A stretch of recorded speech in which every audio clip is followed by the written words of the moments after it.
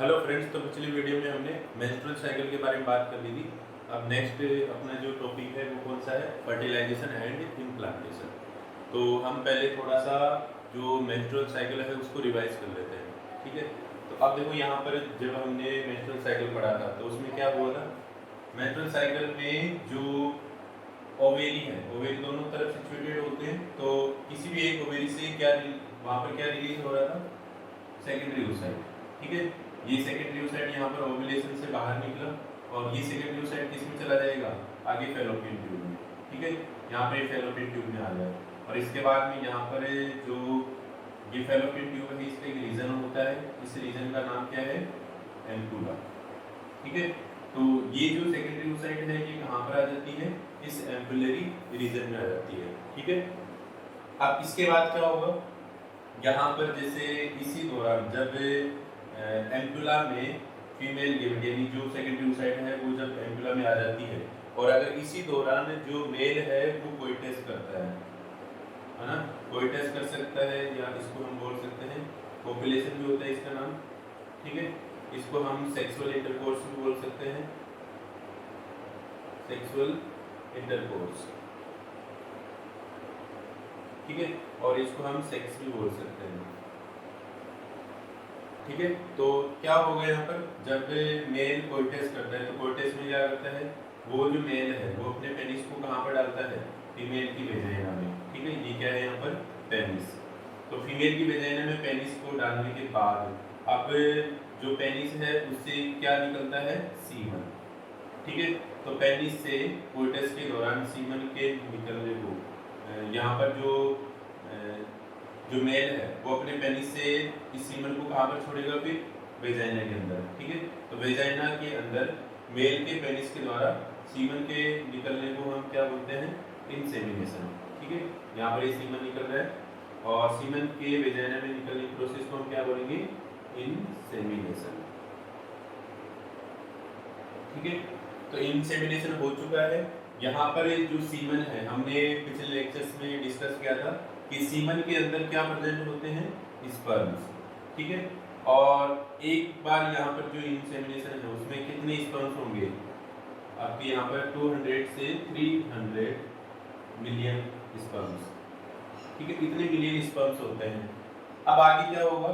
ये जो स्पर्म्स हैं ये कहाँ पर जाएंगे? सर्विक्स के अंदर, ठीक है। बहुत सारे जो स्पर्म्स हैं वो ट्रेवल करते हैं, ठीक है। और फिर यूटेरस में जाएंगे और यूटेरस से आप किस में चले जाएंगे? फैलोपियन ट्यूब में। यहाँ पर ध्यान रखना कि बहुत सारे जो स्पर्म्स हैं वो जो फीमेल का जो रिप्रोडक्टिव सिस्टम है उसके द्वारा नष्ट कर दिए जाते हैं, ठीक है।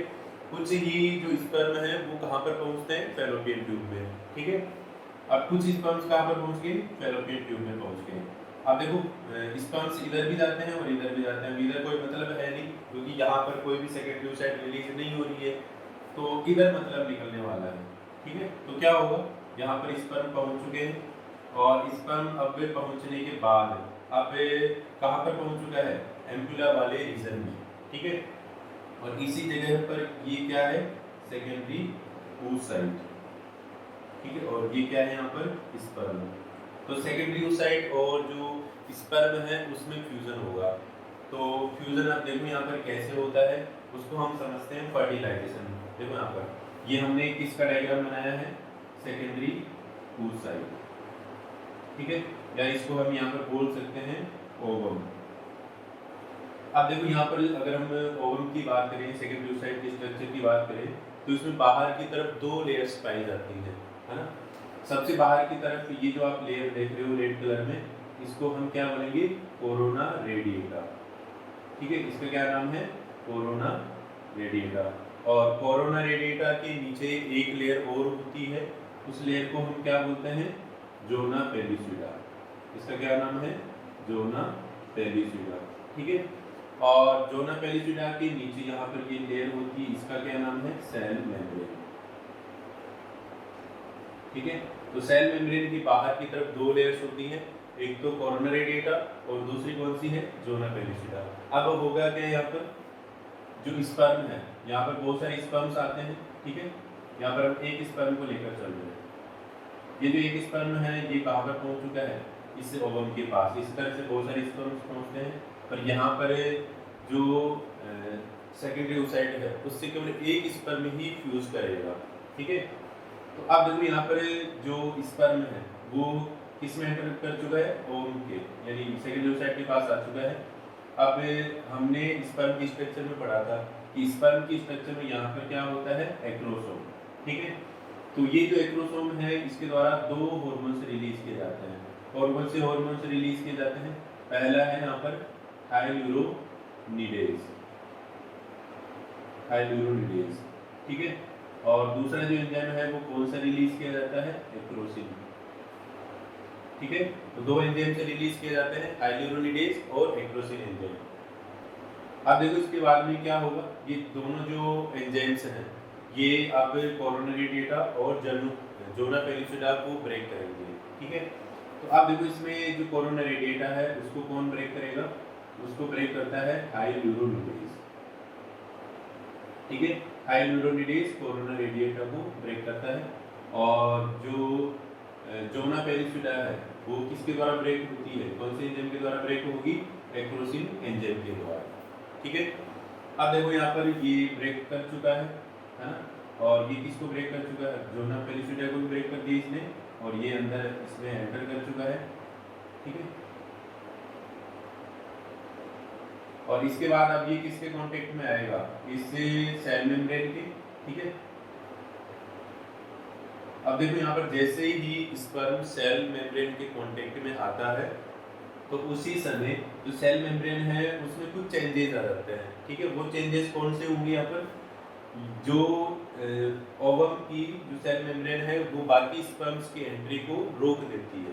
ठीक है, और ये जो चेंजेस आते हैं वो कब आते हैं, जैसे इसमें एक स्पर्म फ्यूज करता है। ठीक है, अब देखो यहाँ पर बाकी स्पर्म्स की एंट्री ब्लॉक हो चुकी है, अंदर सेकेंडरी ओसाइट के अंदर कितना स्पर्म एंटर करता है, केवल एक। ठीक है, देखो यहाँ पर ये जो स्पर्म है ये इस सेल मेम्ब्रेन को ब्रेक करके कहाँ पर पहुंच गया, इस ओवम के अंदर पहुंच चुका है। और जैसे ही ये अंदर पहुंचता है तो इस ओवम सेकेंडरी ओसाइट में दो मियोसिस हो गए यहाँ पर। ठीक है, सेकेंडरी ओसाइट में यहाँ पर क्या होता है, मियोसिस में सेकेंड होगा। ठीक है, इसके बाद देखो सेकेंडरी ओसाइट में मियोसिस सेकेंड होने से एक तो सेकेंड पोलर बॉडी का फॉर्मेशन होगा। ठीक है, सेकेंड पोलर बॉडी का फॉर्मेशन होगा, और इसके अलावा और किसका फॉर्मेशन होगा, ootyl, या इसको भी हम बोल सकते हैं ओवम। ठीक है, तो ootyl का फॉर्मेशन हो चुका है। अब जो स्पर्म है वो किससे फर्टिलाइज करेगा, इससे ootyl से। ठीक है, और ootyl और जो स्पर्म है दोनों फर्टिलाइज करके क्या बनाएंगे, यहाँ पर कौन सी प्रोसेस होगी, यहाँ पर फर्टिलाइजेशन।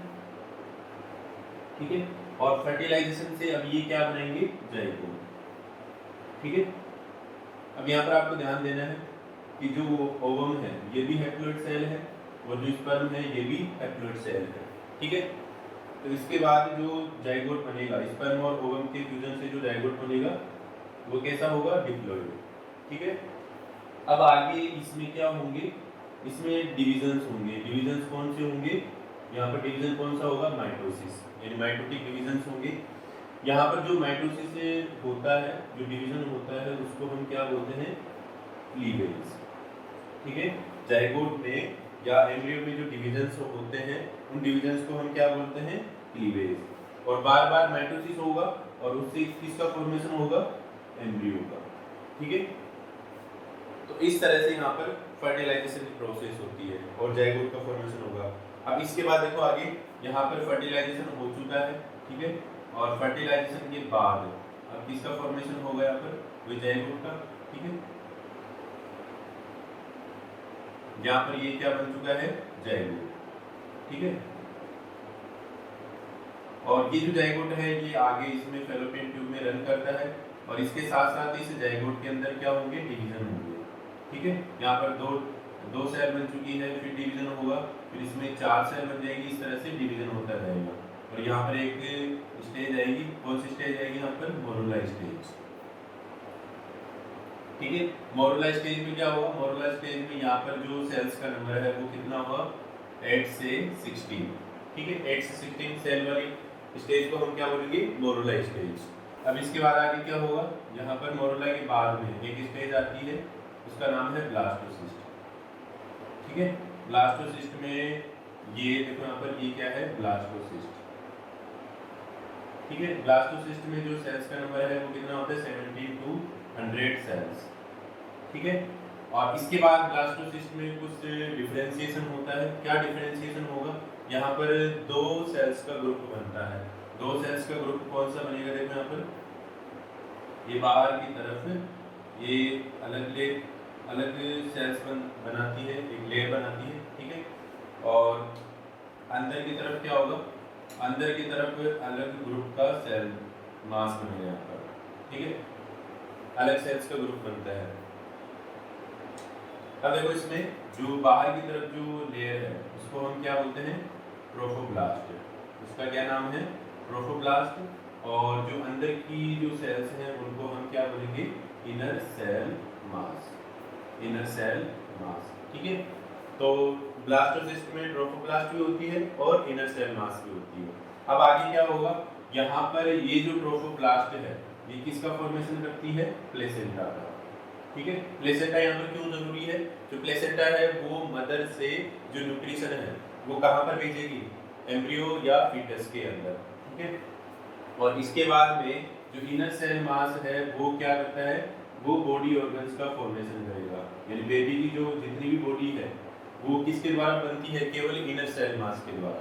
ठीक है, अब आगे क्या होगा, जो यहाँ पर जो ब्लास्टोसिस्ट है, ब्लास्टोसिस्ट की जो ट्रोफोब्लास्ट है वो किसके कांटेक्ट में आ चुकी है, एंडोमेट्रियम। जो यूटेरस की जो एंडोमेट्रियम है उसके कांटेक्ट में आ चुकी है।